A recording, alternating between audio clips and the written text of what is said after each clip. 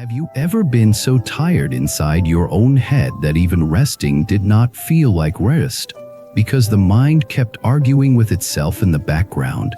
And have you ever noticed that sometimes the hardest thing is not doing more, but stopping the inner gripping that makes everything feel heavy? Welcome back to the channel. Today we are stepping into one sentence from the Diamond Sutra that people often call ruthless, not because it is cruel, but because it is clean. It does not comfort your excuses. It does not negotiate with your endless mental replay. It cuts straight through the illusion that you can think your way into peace while your mind keeps holding on like a fist that refuses to open. The sentence is famous in Buddhist tradition for a reason. It is oft untranslated in a way that points to a mind that does not cling anywhere. A mind that does not build a permanent home inside any thought, any identity, any fear, any victory, any failure. A mind that arises without attaching. A mind that moves without sticking. When you hear it for the first time, it can feel like being told to stop being human.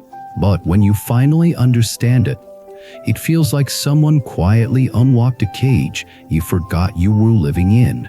Let us start with what people call mental exhaustion. That phrase sounds modern, like something you say after scrolling too long or studying too hard. But the deeper exhaustion is not from information. It is from friction. It is from the mind fighting reality. It is from the mind demanding control over what cannot be controlled. It is from the mind holding 10 stories at once and calling that thinking. A person can be lying in bed with their eyes closed and still be running through the past, running through the future, running through imagined conversations, running through regrets, running through fears, running through comparisons. That running is not movement in the body. It is movement in craving. Craving for certainty, craving for being safe, craving for being admired, craving for being right, craving for not being blamed, craving for not being left. This is why you can have a free afternoon and still feel tired. Your schedule is empty, but your mind is crowded. Now here is the strange part. Many people try to solve mental exhaustion by adding more techniques, more planning, more self-improvement, more hacks, more productivity systems, more motivational videos. They keep adding weight to a mind that is already overloaded. It is like trying to fix drowning by wearing heavier clothes. The Diamond Sutra does something different. It does not add, it subtracts.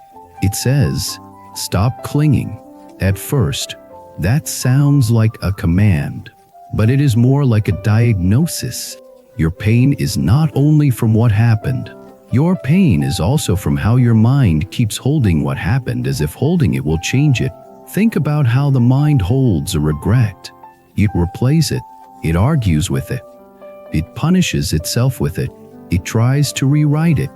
It tries to find a sentence that would have saved everything. It tries to travel back in time through imagination.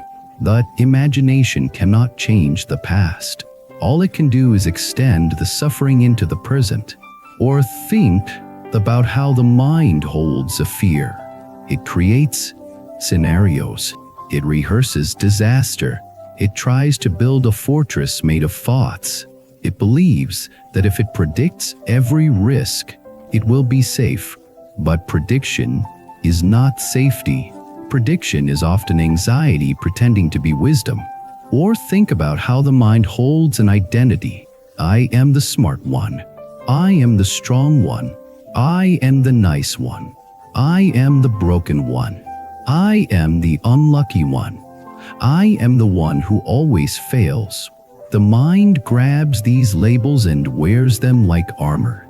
But armor is heavy. It protects you from one kind of pain while creating another. The Diamond Sutra line is called ruthless because it does not let you keep your favorite armor. It does not let you keep your favorite mental dramas. It says, do not dwell anywhere. Do not build a home inside any fixed view. When people first hear that, they think it means becoming cold or empty. But in practice, it means becoming light. It means learning to let thoughts arise and pass without turning them into prisons. It means being present without constantly tightening around experience. Let me tell you a story to make this real. There was a woman named Celine who was known as capable. People relied on her. At work, she was the one who solved problems.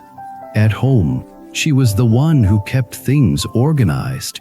In her friend group, she was the one who listened, the one who gave advice, the one who carried everyone else's stress like it was her responsibility.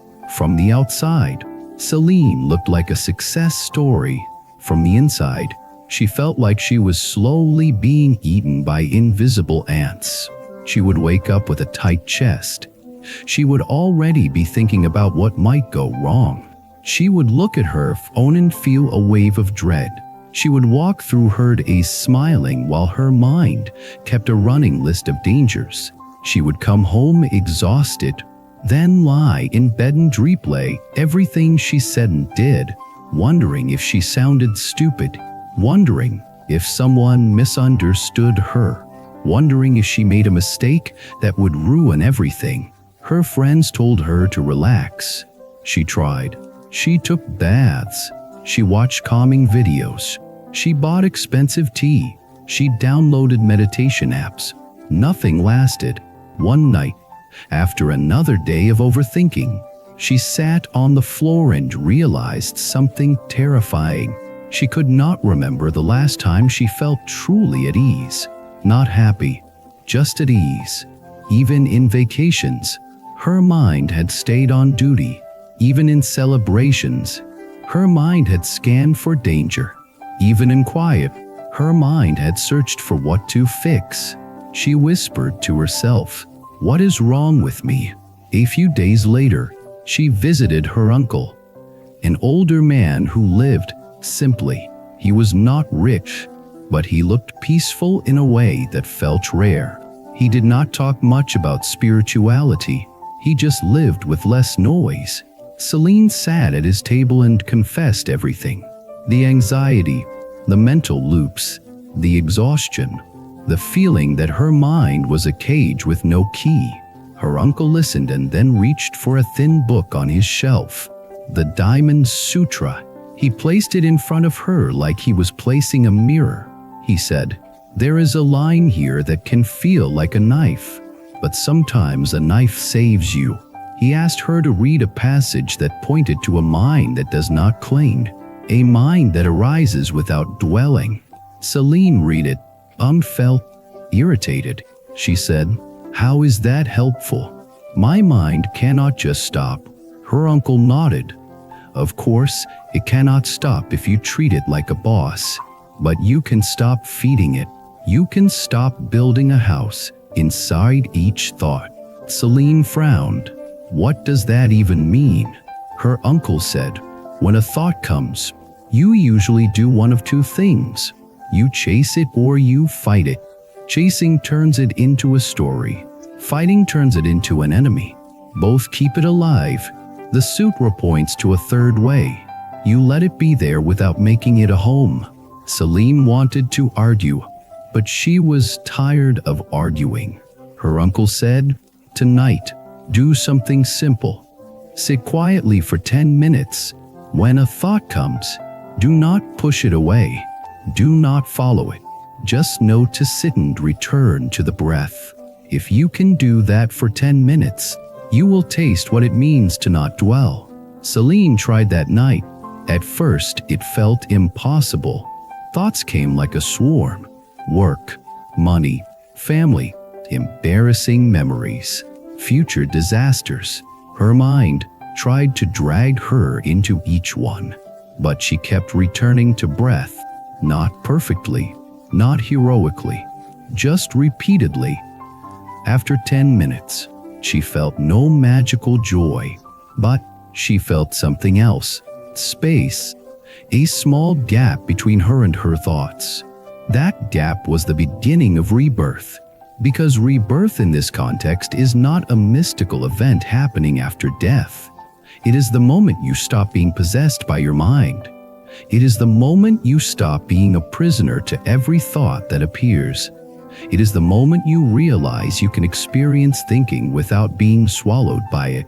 Celine kept practicing. 10 minutes became 15. 15 became 20. She learned to notice how her mind created suffering by insisting that every thought deserved a response. She learned that many thoughts are just old habits. They are not messages from reality. They are echoes from the past. She also began to notice what she was truly clinging to. She was clinging to being in control. She was clinging to being liked. She was clinging to being right. She was clinging to an image of herself as responsible and perfect. The more she saw her clinging, the more she understood why the suit sounded ruthless. Because clinging feels like safety. Even when it hurts, it feels familiar. Letting go feels like stepping into open air. The ego calls that danger. Celine realized something else. She was not only clinging to good things, she was also clinging to pain. She was clinging to resentment toward a co-worker who once embarrassed her. She was clinging to a childhood memory of being criticized.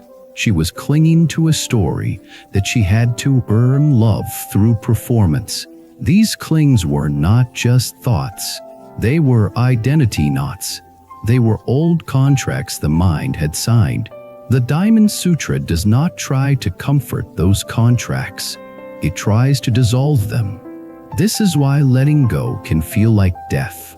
Not the death of your body, the death of the self-image you used to survive. The mind panics because it thinks, if I let go, who will I be? And that is exactly the doorway, because the self you think you are is often a bundle of clinging, a bundle of roles, a bundle of fears, a bundle of stories. When you loosen the bundle, you do not become nothing. You become free to be real. Celine began applying this in daily life. When she made a small mistake at work, her mind started the usual punishment.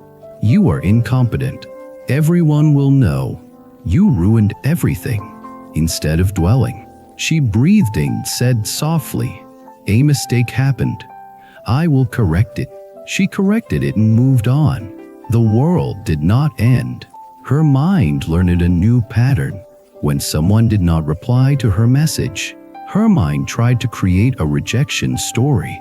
They hate you. You are annoying. You are forgotten. She noticed the story and did not dwell. She said, I do not know. She waited. Later the person replied and apologized for being busy. Her mind learned that many fears are predictions with no evidence. When she felt jealousy watching others succeed, she noticed the tightness. She did not pretend she was above it. She simply did not build a home in it. She said, jealousy is here. Then she asked, what can I learn? That shifted her energy from bitterness to growth. Slowly, her mental exhaustion decreased. Not because life became perfect, but because she stopped turning every moment into a mental courtroom. Now here is the surprising part. The more Celine learned not to dwell, the more compassionate she became. Not colder, kinder, because when you are not trapped in your own mental drama, you have space to actually see others. When you are not constantly defending an identity, you can listen without needing to win. When you are not gripping everything, your heart naturally softens. This is what people miss when they misunderstand letting go. Letting go is not detachment as indifference. Letting go is detachment as clarity. It removes the extra suffering that blocks compassion. In Buddhist wisdom, compassion and wisdom grow together. Wisdom sees impermanence and non-clinging. Compassion responds to suffering without hatred. When you cling less, you hurt less. When you hurt less, you can care more. This is why the Diamond Sutra line heals mental exhaustion. It teaches you to stop investing your life energy into mental loops that cannot produce peace. Now let me speak to you directly, because you might be listening and thinking, that sounds nice, but my mind is too strong. My overthinking is too automatic. My anxiety is too deep. My pain is too real. Your pain is real, but the teaching is not telling you to deny pain. It is telling you to stop adding fuel. Overthinking is often a strategy you learned to feel safe. Maybe you grew up in chaos and your mind learned to scan for danger. Maybe you were criticized and your mind learned to rehearse perfection. Maybe you were betrayed and your mind learned to anticipate betrayal. Overthinking is not proof you are broken. It is proof your mind tried to protect you. But protection can become prison, so the practice is gentle and firm. Each time a thought arises, you ask yourself quietly, am I building a home in this? Am I dwelling? If you are dwelling, you return to what is real now: breath, body, sound, the sensation of sitting, the simple fact of being alive in this moment. And then you take the next correct action. Not the next panic action, the next correct action. This is how letting go becomes rebirth. Rebirth means you are no longer the person who must obey every thought. You become the person who can witness thoughts and choose wisely. You might ask, what happens to goals and ambition if you do not dwell? Do you become passive? No, you still act, but your action becomes cleaner. You do not poison action with desperation. You do not turn every goal into an identity. You work with focus, and you accept outcomes with maturity. That is strength. And what about relationships? When you do not dwell, you stop clinging to people as if they are your oxygen. You love them more purely. You communicate more honestly. You set boundaries more clearly. You leave harmful situations sooner.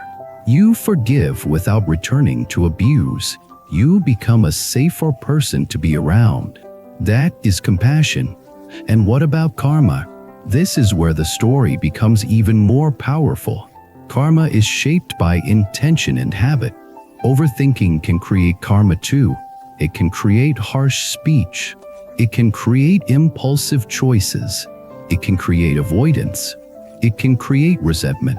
When you stop dwelling, you interrupt those habits.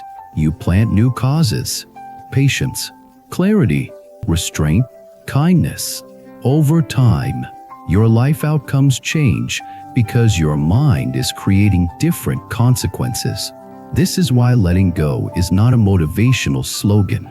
It is a practical revolution. Celine eventually returned to her uncle and said, I understand now why that line is called ruthless. It does not comfort the ego, it frees the heart. Her uncle smiled and said, yes, when you stop dwelling, you stop being dragged. Then your life can move with wisdom rather than with panic. She asked, is this what awakening is? He said, it is a doorway. Awakening is many doorways, but this one is important. A mind that does not cling can meet life without breaking. And that brings us back to the beginning. Learn to let go, or life will force letting go through loss. Because everything changes. People change. Bodies change. Money changes. Status changes. Plans change. The world will not freeze to protect your clinging, but you can train your mind to move with change instead of being crushed by it. That is why the Diamond Sutra line is medicine. Now I want to end the way we always do on this channel, not with perfection, but with an invitation. If you have been suffering from mental exhaustion, from overthinking, from constant inner friction, try a small experiment, not a dramatic promise, a small experiment. When the next heavy thought comes, notice it. Do not chase it. Do not fight it. Do not build a home inside it. Breathe. Return. Then do the next correct action. Do this again and again. That repetition is practice. Practice is how the mind is reborn. Thank you for being here with me today. Share in the comments what kind of thought pattern drains you the most, and what you think it would feel like to stop dwelling in it. Also share if there is a sentence from wisdom tradition that changed your life, because your words might become someone else's turning point. Please subscribe to the channel, like the video, and stay connected. Your support keeps these long teachings alive and helps this community grow into a place where wisdom is practical and compassion is real. Until next time, keep your heart compassionate, keep your mind clear, and remember that letting go is not losing. Letting go is returning to the freedom you were born with.